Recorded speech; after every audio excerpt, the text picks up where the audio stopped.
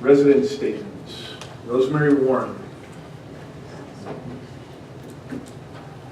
A couple of things. I still feel it was in here that the power reduction for the residents that are going to be affected would be 10%. And again, I feel it should be 100%. Anyone that has to look at that, but definitely I would sweeten the pot on that. The other thing, it was very nice that you have done the executive session and broken that down, and you should have introduced the students that are here from Newport, not each one, but that Newport. I'm a Nagarebo person, but I still think we should. And they're going to stay longer than 5 minutes, unless it gets bored. Okay, now the other one, so this was interesting here, but the one number Oh, they just left. Talking about the contract negotiations, number 2. Now the Lewiston property, our attorney was a nice fellow, recused himself, what do you want to say? Okay, so that means he must have been for the people that are on the other side of the town. So I think you're shaking your head, but I don't know that. See, I don't know that from these things. So what I think is, at times, do we have a second attorney that comes in and is protecting us? I don't like to pay extra, but if he can't do the work for the town, what do we do for an attorney's point of view to protect us? We would have to hire, contract with a second attorney outside for, what do they call it, a conflict attorney? Outside counsel. Outside This counsel. wasn't important enough to do that. On what matter? I'm So sorry. whatever's number 2 here, contract negotiations, lease town property. Oh, Mr. Bax is going to handle that. Oh, yes. At no extra cost to the town. I know. Oh, gosh, isn't that nice? And I'd vote for him the next time he runs. Okay, that's it. But as I said, think about this, again, I'm concerned about the roads, that as they travel down, they want to break the car. Or I still feel it should be performance bond. Performance bond from this company, that all those roads will be perfect, and our highwayman would go down there after they put all the panels, truck them down there, that they will, they said, the road will be in 100% shape. Think of that. Thank you. Daniel Sanger. Yeah, well, all right, I'm here today to present a petition to stop the solar project in Swan Road. These are the residents who reside on Swan Road from Porter Center to Williams. And I'm going to tell you, not one household didn't sign the petition. Okay. Matter of fact, about half of them didn't know anything about this project. I have an eye opener. I'd like to ask you guys, do you think, more people should have been informed? Anybody, offer anything? Because what was it, just the surrounding people, right? It was just the surrounding people. There's articles in the Sentinel, notices are published in the Gazette and Sentinel that there's a meeting. Yeah, right. There's been pictures in the Sentinel about it. So we've been going through a process for 6 months. I don't know, but at least like the road should have had a mailer, something. People that really, will look at it, We send notices to the abutting properties. Right, which was a handful. Really, like literally, half the people did not know this. Okay? From my viewpoint, it's scary when people don't know. When we handed out the rebate from the relicensing agreement, and people got the cards in the mail and they threw them out, they didn't know. So I don't know how to make them know. Right. Okay. Let's see. I have many signatures here. I potentially have hundreds more, just by what I've seen. Okay. So I'm asking for a stay, just to buy a little time here, so I can go out and retrieve many signatures and inform people what's going on, if they don't know. Okay. Okay, here we go. And also, I've talked to the local farmers about this. And okay, we were all approached. All of us were approached by these solar companies for the last few years. And we've all done some research on them, and we've all said no to them. Okay? And one of them, one man, he told me not to mention his name, and I won't. But he was in fear of reprisal because of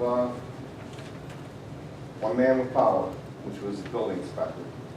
Okay, so that kind of demonstrates, you know, distrust and conflict of interest right there. That was true. So I strongly insist this project would be voted out of this neighborhood, or at least to stay to gather public support and knowledge. If this goes through, solar panels could end up in anyone's backyard. You know, you've got to protect our families. So don't set a precedence. You know, all these people are votes. So, you like this? Sure. Okay.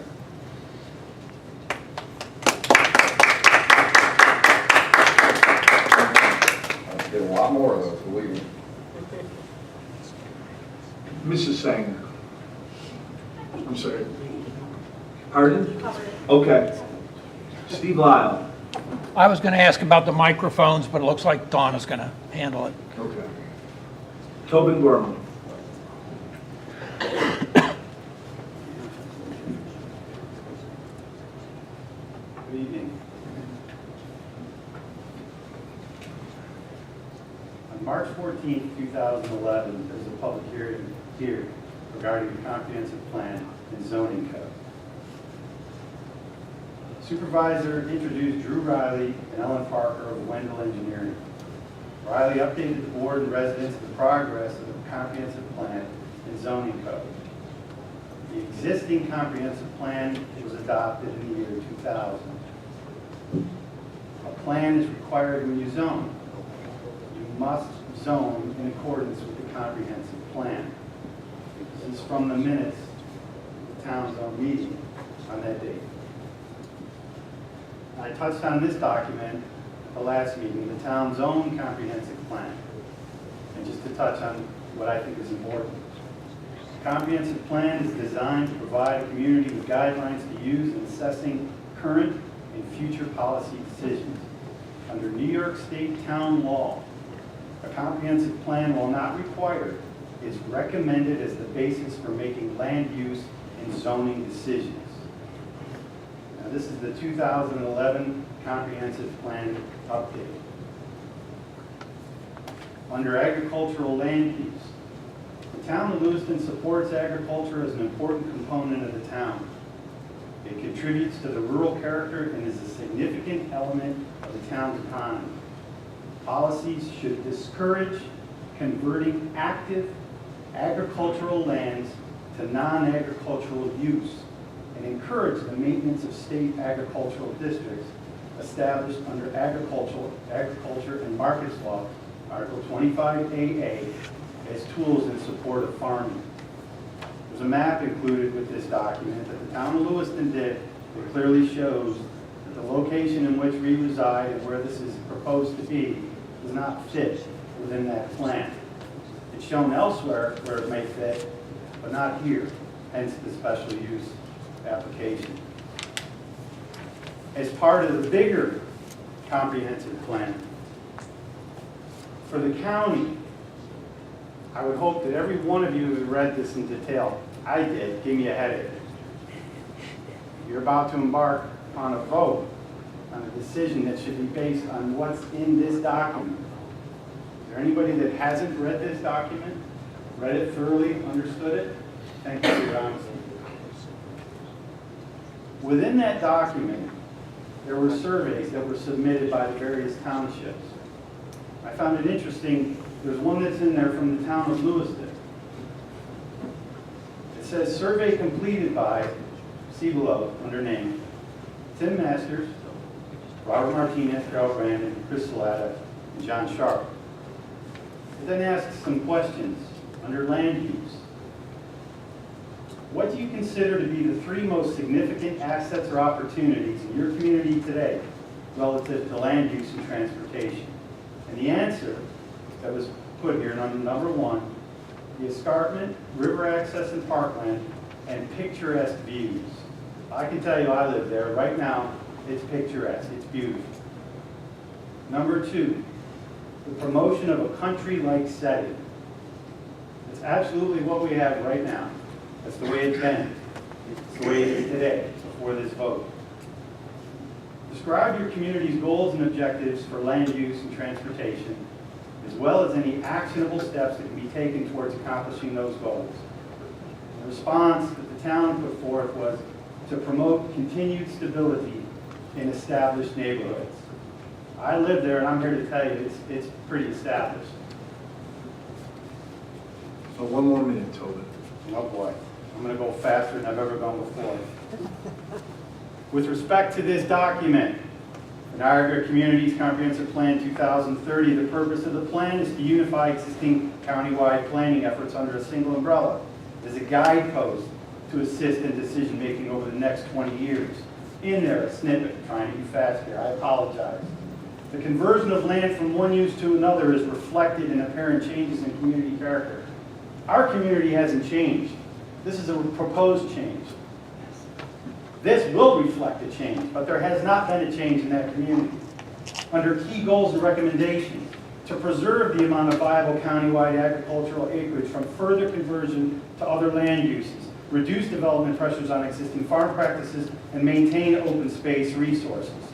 Within that document, there's a series of questions, and I'll pose them to you. I can answer them myself. Is the special use permit consistent with local plans? No. Hence the special use. It is inconsistent. That's why you're about to vote on it. Is it compatible with surrounding land use? No. You can force it upon us and say you got to deal with it, but is that compatibility? I would say to you, no. Will the proposed action affect non-threatened or non-endangered species of animals? Yes. Deer, fox, pheasant, migrating birds will all be forced to change the limited space that they travel, that they already have. You go around it, go on the road now. Will the proposed action affect agricultural land uses? Yes. It neither protects it, nor does it enhance it. Will the proposed action have an aesthetic impact? Undoubtedly. Screening is an attempt to reduce it, but it doesn't mitigate it. Okay, And will there be a noise impact? I'm almost done, I apologize. Yes, as much as that claim will be minimal, it's still there. Will the proposed action affect the character of the existing community? And I'm part of that existing community that Daniel spoke about. The 13 people that received notification as a courtesy that actually care and are here. We don't want it. We've expressed that. One last thing. The minutes of the town board meeting on July 23rd, 2018, under Councilman Jacoby. Councilman Morial was unable to attend the planning board meeting, so Jacoby attended. The utility solar farm was discussed. The combination of the town's solar law and the expertise of the installers, the residents of the town, and the applicant are all protected. The farm cannot be taxed, but will receive some revenue. It was a very interesting meeting. Jacoby hopes the town receives more applications. It's a rhetorical question, but I have to ask.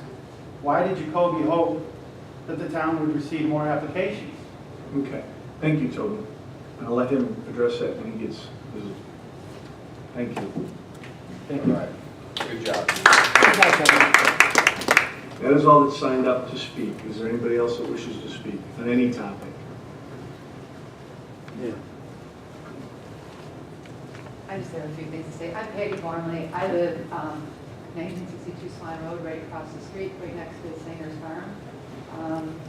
My dad bought property out here on Swan Road decades ago, and hoping that our whole family at one time would move out here and build houses. And we did.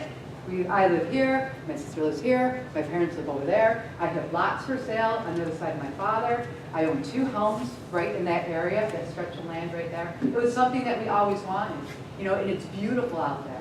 If you haven't been out there, you want to come over to my house, sit on my back patio, look how beautiful it is, cook you a great dinner.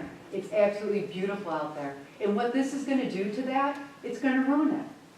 It's going to ruin my property value of all the properties that I own out there that myself and my family worked very hard to maintain. And I just don't think that it's right. And I also agree with Daniel, how the people were notified. I actually, when I got that letter in the mail, I called the town hall. And then the person who I spoke to, I believe it was you, said, well, in somewhere where they have it written, they only have to notify people that live within 250 feet or maybe 500 feet of where this structure is proposed. But if you go out there, it's not like I'm in, and I don't mean to say the village, where, my neighbor, I could look out my window and see my neighbor right there. It's like we have space out here.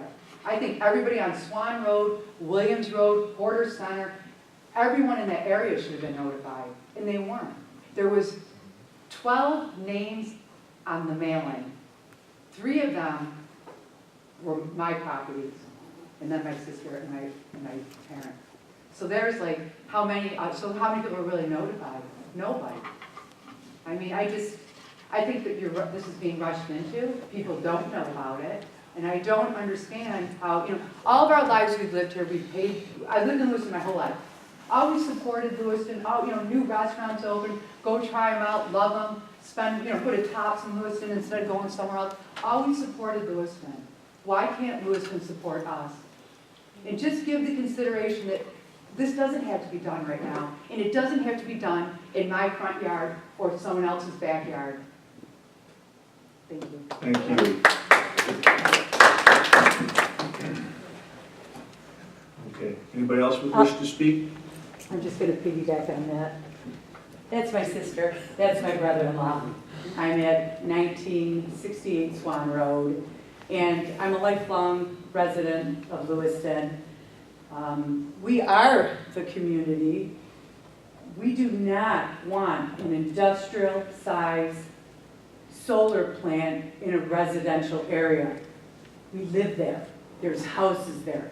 I will see it every day. No matter you put the Charlie Brown tree up, whatever you put up, and I don't like what's out there that you put up, because it doesn't look good to me, the landscaping. I don't want it. They don't want it. We are the community. We don't want it. I also have a problem with the conflict of interest with Tim Masters. Tim Masters works for you. Tim Masters is the town inspector. Tim Masters represents the town. Tim Masters speaks for the town. When Tim Masters had a problem with the lagoons, he was the first one to come and talk to us about it. But guess what? Where was Tim Masters when this went down? We never saw Tim Masters. Tim Masters never talked to us. Why do you think that is? Why? We know why. It's a money thing for him, and we get nothing. We have to look at that. He doesn't care. He's making it rain. He's getting the money. We're not. That's why he didn't come and talk to us about it. But yet, he talked to us about everything else. I believe that it's a conflict of interest. You're probably all his friends. I totally, 100% believe it's a conflict of interest. I'm asking you to step back and let's look at it. Let's think about it. We don't want it.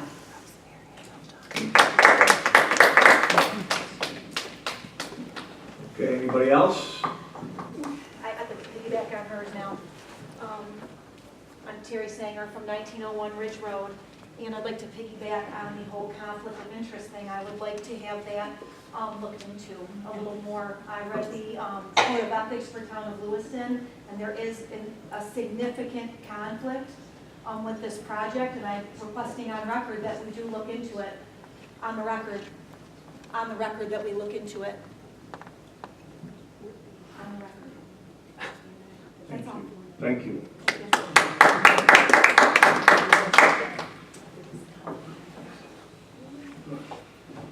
Hi, everybody. I wanted to come and... Who are you? I am Anita Muzzy, 1072 Sweet Home Road. Sometimes letters suck, and I unfortunately had to give you guys a letter last week, stepping down as chairwoman of the zoning board. It was an excruciating decision for me because that's kind of like a child, I kind of developed it and very proud of it. Conflicts with work and time elements just really got in the way for me to do a good job of it. It kind of tore me apart inside because I wasn't going to do it halfway. So I hope you reach out to me if I can help you with anything else with zoning. If you need me to be an alternate, I would do that gladly. We're not sure we're going to accept the resignation. Okay, well, that may happen too. But I did not want to say thank you face to face because I appreciate all your support. Well, we thank you, and you can reflect back on how much education you provided to the board. That was an essential part of your tenure. Well, thank I'm not done yet, I'm still cranking. Yes, That's right. Thank you. Thank you.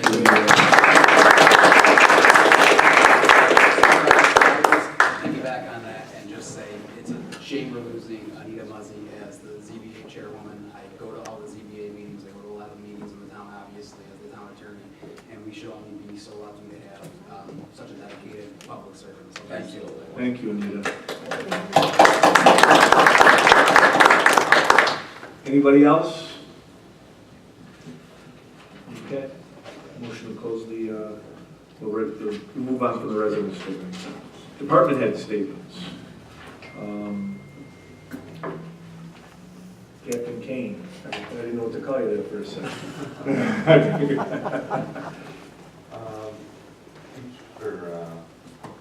have next? So many festivals. Harvest Fest went good. The Mighty Niagara went real good. And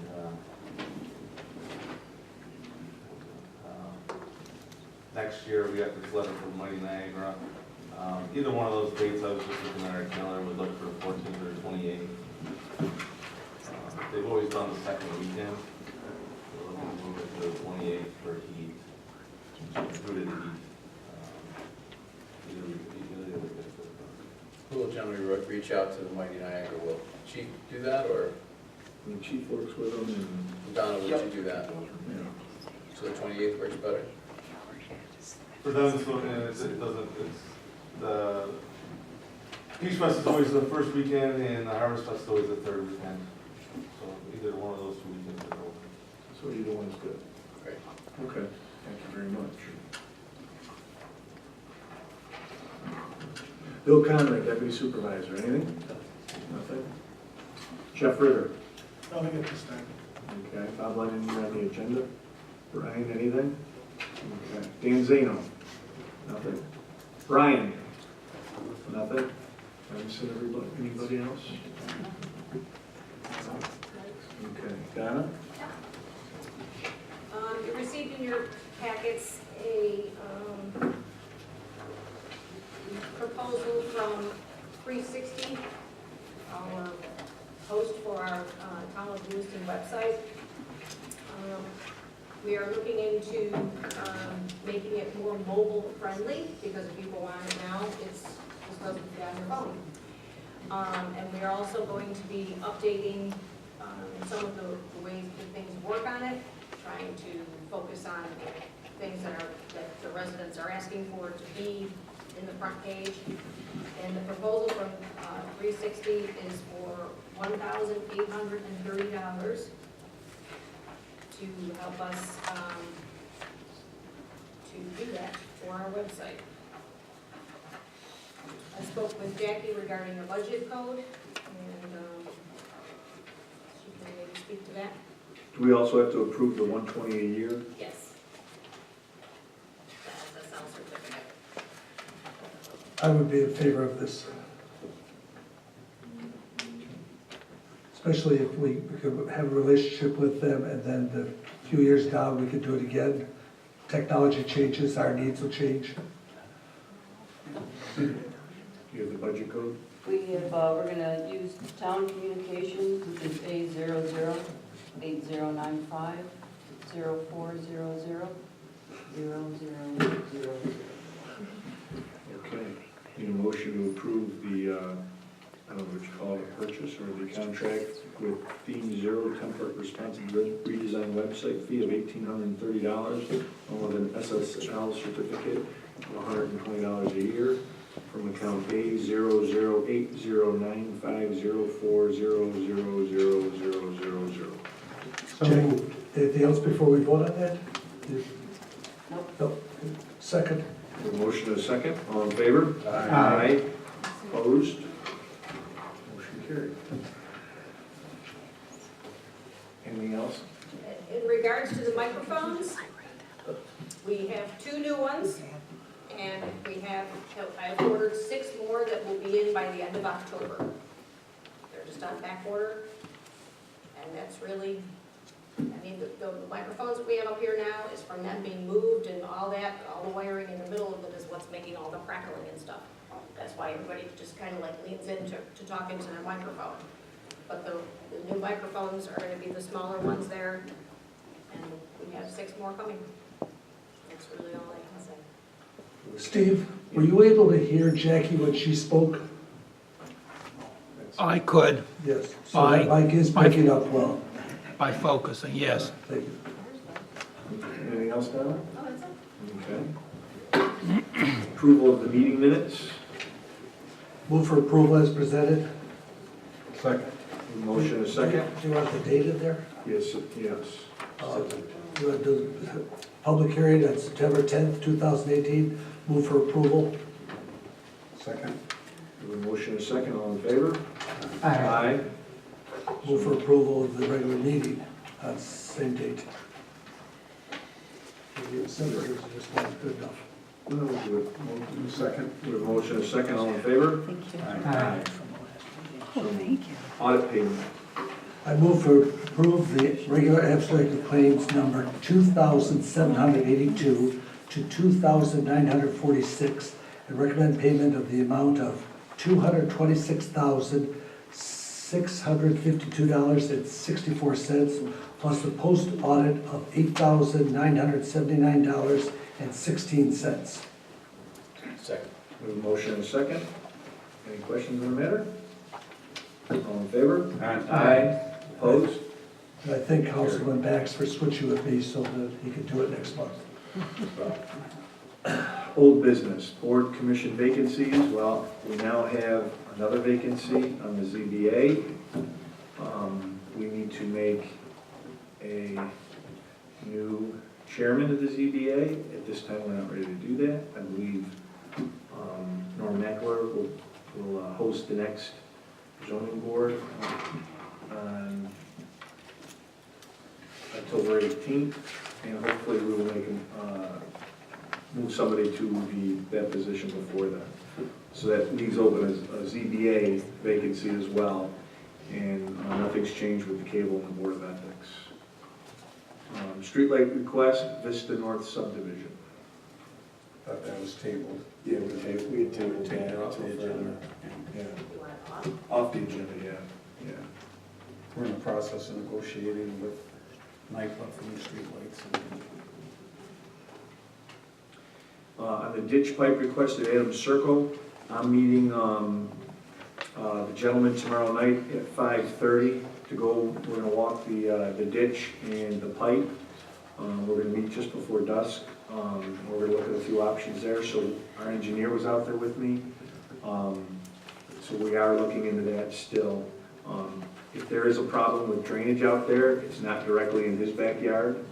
It could be in another location, so we're looking at that. And it may come down to we have to wait till the spring to actually go out there with the highway superintendent and our engineer and look at it again. So that's the status of that.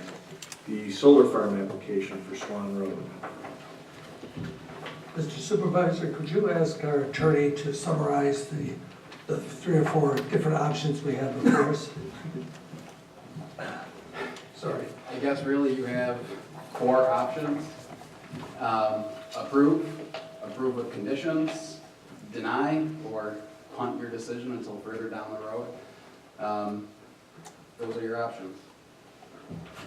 What is the status of a clock on this particular project? We have to make a determination within 62 days of the closing of the public hearing. Which leaves us about 48 days. Roughly. Make a motion to open it for discussion. Okay. I think I'll start. Very good. Mr. Gormley, is it? I'd be guessing, but I think you probably didn't read that county thing before you had something impacting your personal house. I did not. I didn't think you did. But I applaud you for doing it now. The reason why I said I hope we got more applications is because I was involved when we wrote the solar law, just peripherally, because I'm not an attorney. And I thought we'd written in ample protections for the surrounding people, but apparently we haven't.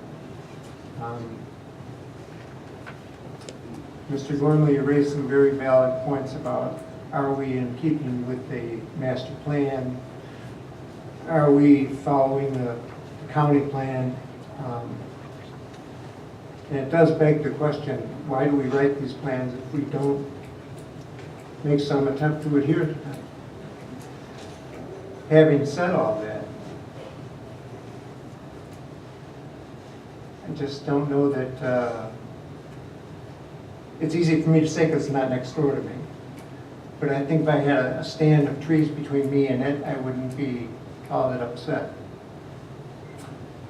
But now we come to Mr. Sanger's petitions, which adds a little impact to your protest.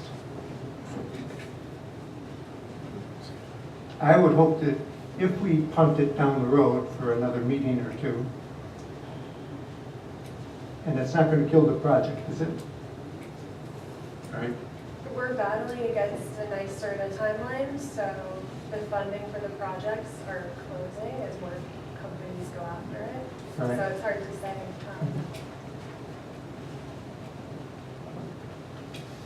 What's the town's position as far as keeping with the master plan?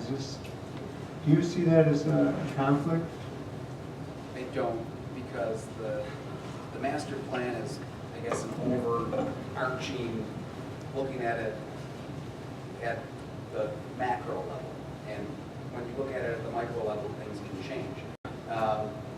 You know, as the town board, you have to determine certain things like, you know, it's going to be a solar farm in a place where there was farming before, but of course the impact, as we heard at the public hearing on the land itself, is such that it can be removed and that's still farmable land when it is removed. So I think those are considerations, and both ways, that you have to take into account when you're making your determination. But certainly I don't think, because we have a master plan, you could never put a project like this in a rural residential area. You know, it's supposed to guide your decisions, but it's not the be-all, end-all of those decisions. Steve, can I just say? Look, hold on.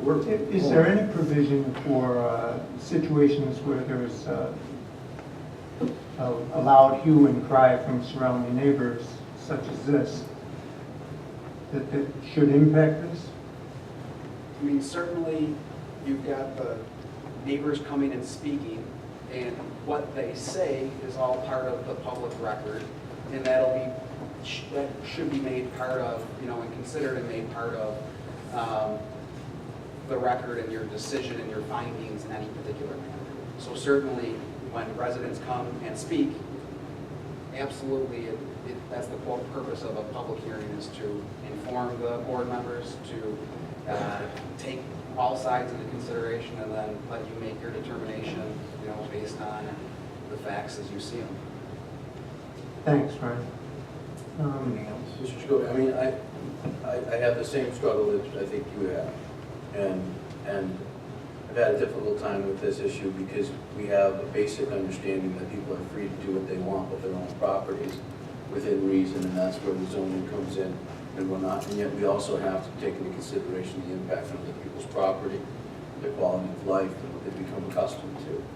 I think I think other town boards spend, we tend to be relatively efficient here in calling the issue, getting a vote, and kind of going home.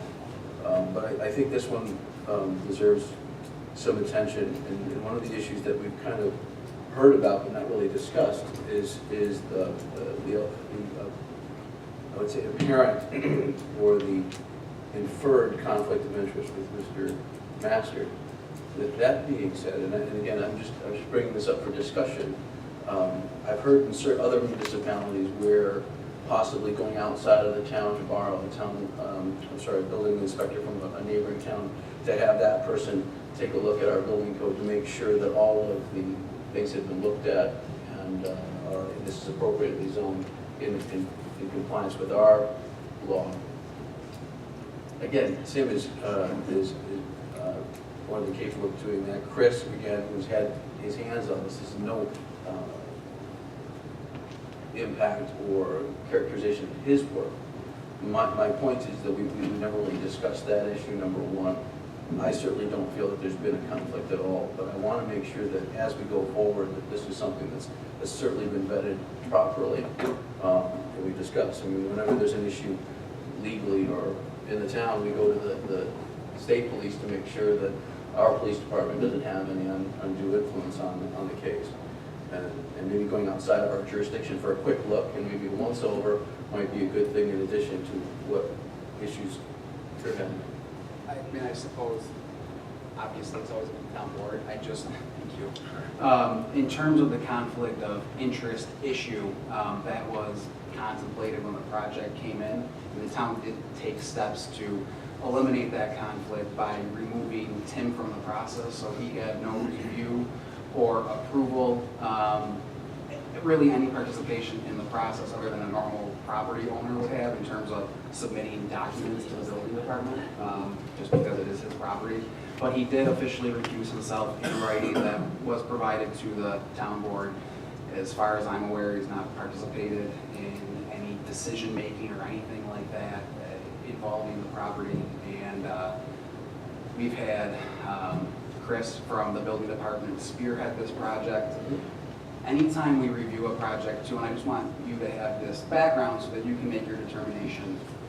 Our engineers review the project and they review it for compliance with our code. Independent? Yes, so it goes out to engineering, they take a look at the project, the site plan, they provide their comments on it.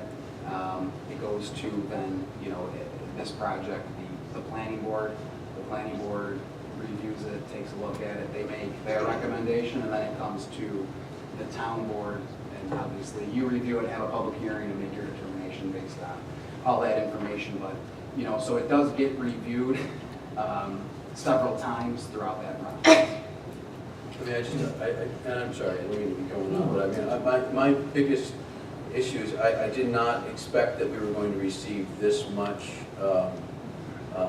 headwind, if you will, for what I consider a green project. I've always been in favor of putting forward more and more green projects, and this is certainly one.